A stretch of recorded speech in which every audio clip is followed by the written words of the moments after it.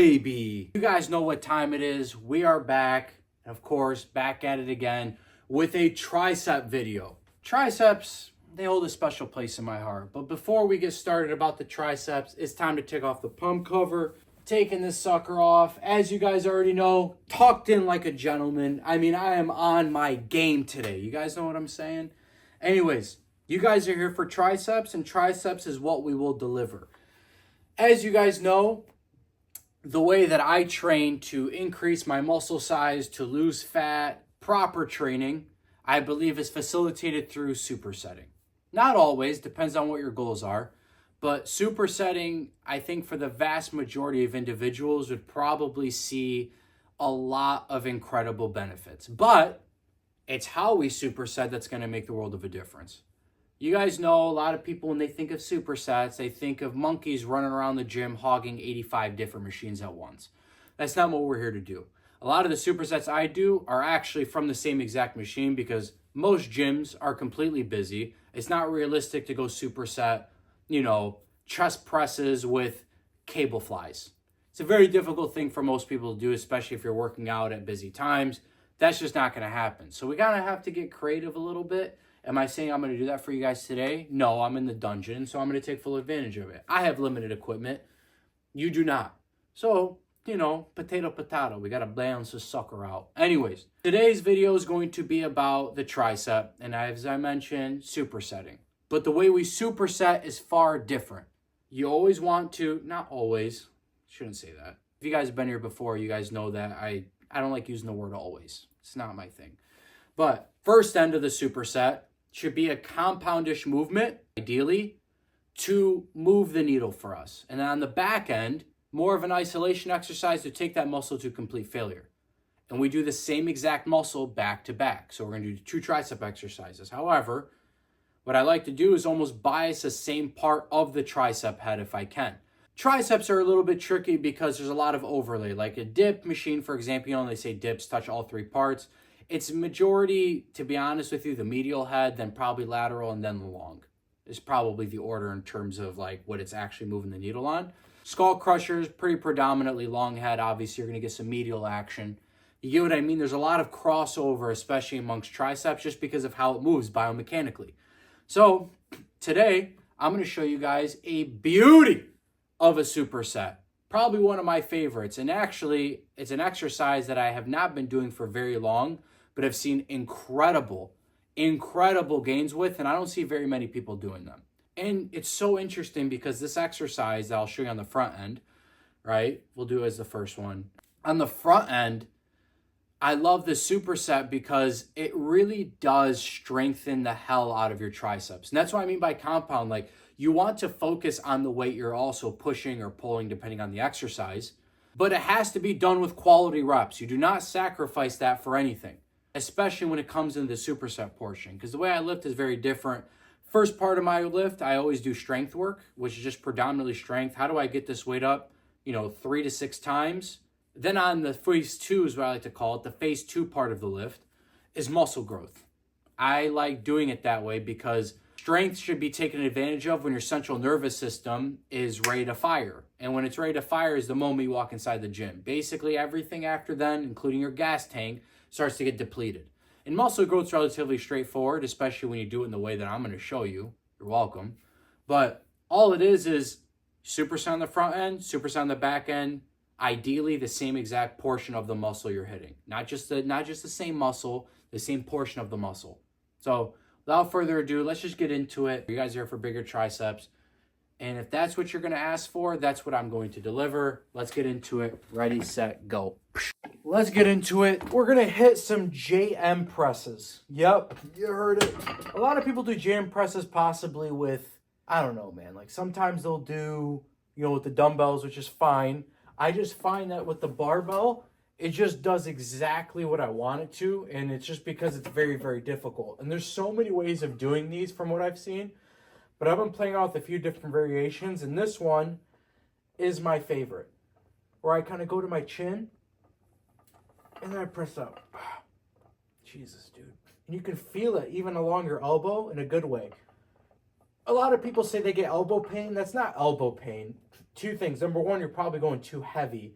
And number two, it's strengthening.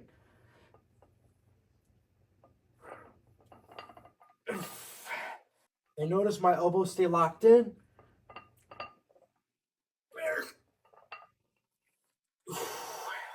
Don't sacrifice on form. A lot of weightlifting, honestly, is fixed positioning. Like holding positions and then executing from those held positions. That's all it is. You're holding positions and then operating your reps from those hold positions.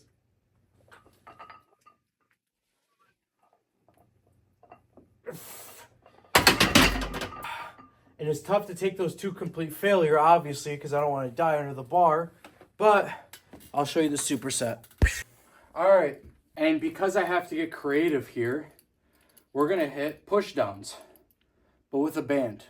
So all I'm going to do is just like a regular pushdown, right? Like there's nothing crazy, but I like to do those. I like, especially because I have to do these kind of from a weird position.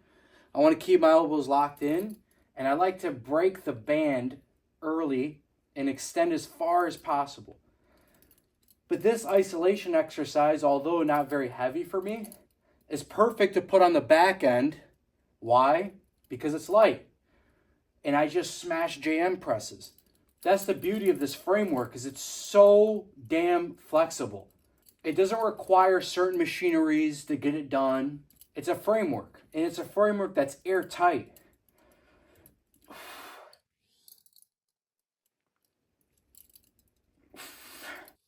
I also like to visualize my sets to where I feel like every rep is growing that horseshoe that we're targeting here, because this is a lateral head exercise for the tricep.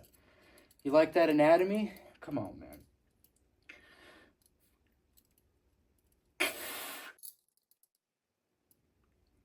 And especially with like an exercise like this, you want to keep tension all the way through because it is so light. You don't want to give yourself an ounce of break. How we looking, boys? Looking decent? Ah, damn, dude, they're starting to tighten up. Yeah. Woo. My tries are absolutely rocked right now. If you have the ability to superset those type of two exercises, dude, that is a crazy bang for your buck. Mainly because like that JM press is so great, especially if you like, a lot of people struggle with their bench pressing, right? And that's mainly because it's a few things, but a lot of times it's just weaker triceps.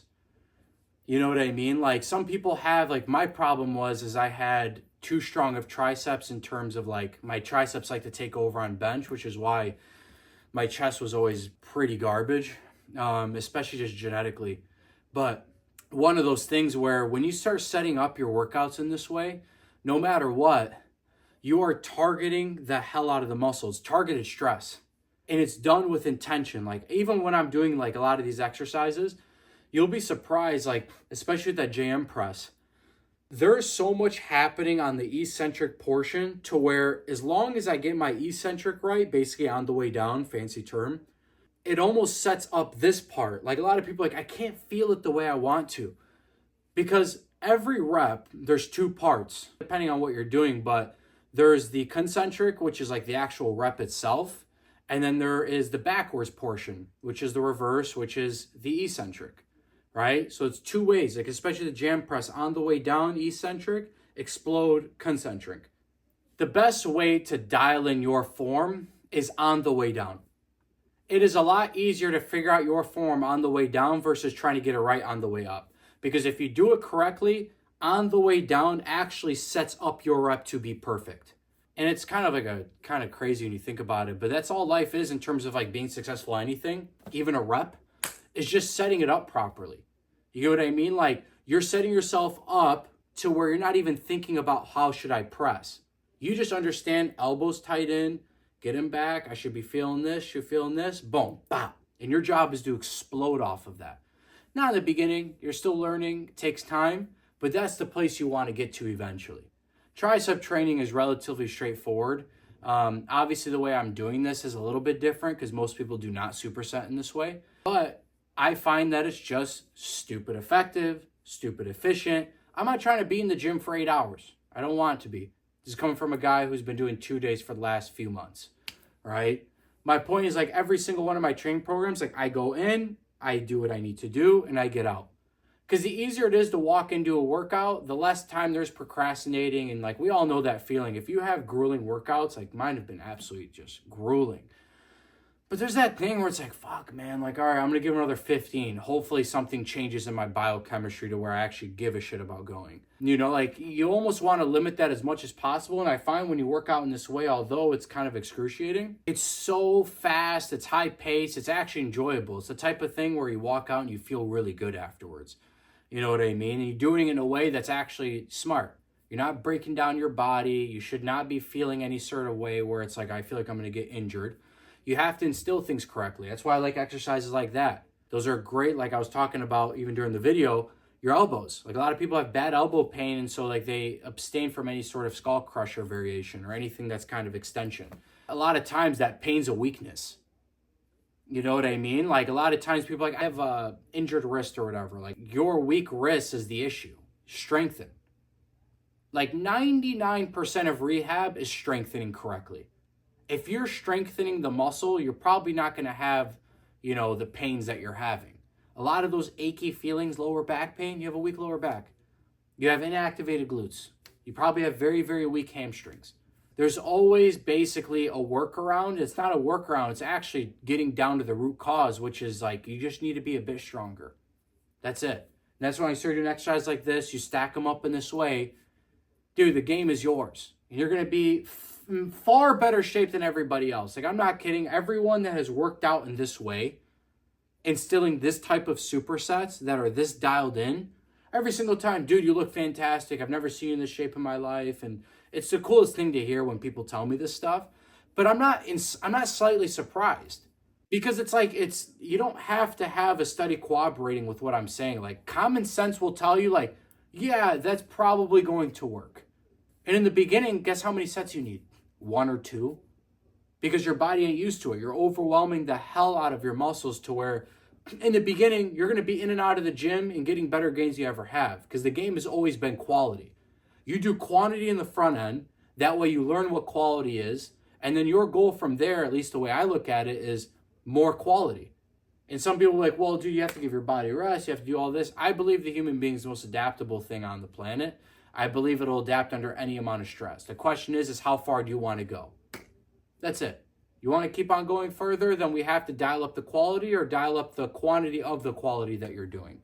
There is no ifs, ands, buts about it. Anyways, I appreciate you being here, and I hope this is well worth your time. If there's anything that you guys want specifically, anything, drop it down in the comments. And if people like those comments, give those a thumbs up. And that way I know to make a video on it. Mainly because I see a lot of comments, a lot of times they don't get thumbs up, and it's like, I'll make a video on it, and I can tell maybe not very many people are interested in. And by the way, those comments could be anything. It could be problems you're having in your life. It could be dieting stuff. It could be mobility stuff, growing the size of your muscle, how to get strong, whatever it is. I do not care. This is what I'm here for. I love doing this shit. I love you guys. Uncle Rami out. Peace. Concentric, right?